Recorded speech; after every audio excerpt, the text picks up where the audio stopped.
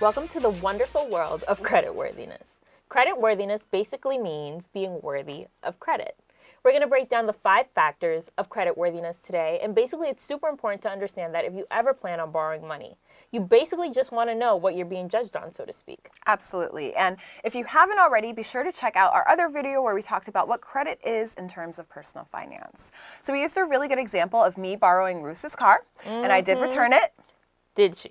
I did return it, but there might have been a few scratches. Trifling. Maybe a flat tire. Unacceptable. There may have been mud, but who's to say? Girl, bye. But the bottom line is, had Ruth known that I wasn't too good with other people's stuff, she probably would have never lent me her car in the first place. So, it was really good for her to know if I was creditworthy or not in that situation. You mean uncreditworthy. She was uncreditworthy, y'all. So this is basically the same case with financial institutions that lend money. They want to know if they take a chance on you, whether you'll pay them back on time or not pay them at all. So they sort of mitigate that risk by understanding your creditworthiness. Absolutely. So in this video, we're going to be talking about the 5 factors that go into determining your creditworthiness, other known as the 5 C's. 5 C's, y'all. So factor number 1 is basically your character. Character lends itself to your reputation with credit. So Samantha, let's say that you want to borrow $100 from me, but I've never let you borrow any money from me before. Before I give you the $100, I'm going to want to know how you've been with money before. I want to know, have you paid people back on time? Right. Or have you not paid them back at all? Right. And if you don't seem dependable, I'm just not going to give you any money. It's that simple. Factor number 2 is capacity. And so when you think about capacity, I would say think of it as your income versus your current debt. So your income is like the money that's coming in versus debt, the money that's going out. So let's say you want to borrow money from me, but you want to borrow like $50,000. Ballin', right?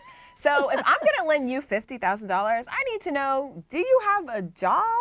Like, do you have a steady income? Girl, do I look broke? I mean, you don't look broke, but that don't mean you got a job. All right. So, but let's be nice. Let's be nice. Okay. Let's say you do have a job, but you don't make enough money to be able to pay me back in the time that we talked about. So if that's the case, even if you have a job, I still wouldn't lend to you. But let's be even nicer. Let's be optimistic. Okay, I like this. I like Let's say you want to borrow $50,000. Okay. You have a job. Okay. And you make enough to be able to pay me back in time. You make $100,000. Oh, I'm balling now for real. I'm flexing. So, it seems good, but what you didn't tell me was that your capacity is a little tight because you actually have another $750,000 sitting over here in debt, right? So, in that case, I'm not going to want to lend to you if you're going to just add this $50,000 to that other $750,000. I don't know if you're going to ever pay me back. Fair enough. All right. Factor number 3 is capital. Capital is basically your savings, any other assets minus debts and liabilities. And having capital actually sends a positive message because if you have a lot of savings and investments, it basically shows that you're able to manage your money and pay off your debt.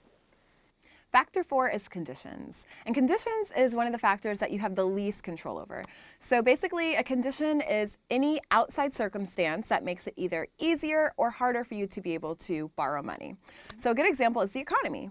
If your local economy is on the decline, meaning people are losing their jobs and unemployment is rising, it might be harder for you to get a loan. And that's just because the lender doesn't know if you're going to lose your job, in which case you won't be able to pay them back. True. But on the flip side, your economy could be on the rise, meaning people are getting jobs, people are getting paid more money, and in that case, you might be more likely to get a loan just because of that.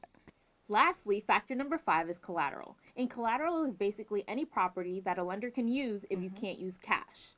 So Samantha, let's say that you want to buy a brand new car. You know, you want to look good, rolling down the streets in that new car, but you lose your job. Oh no. And you can't make your payments anymore. Jesus.